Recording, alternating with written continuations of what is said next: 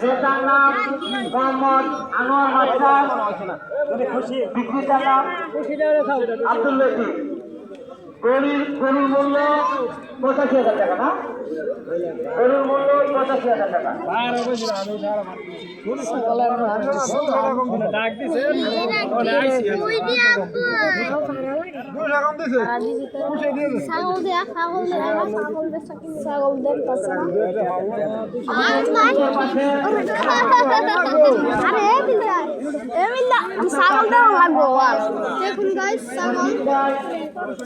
তোরা না গাইস গে করতে কইছে না ছাগল জুমছি না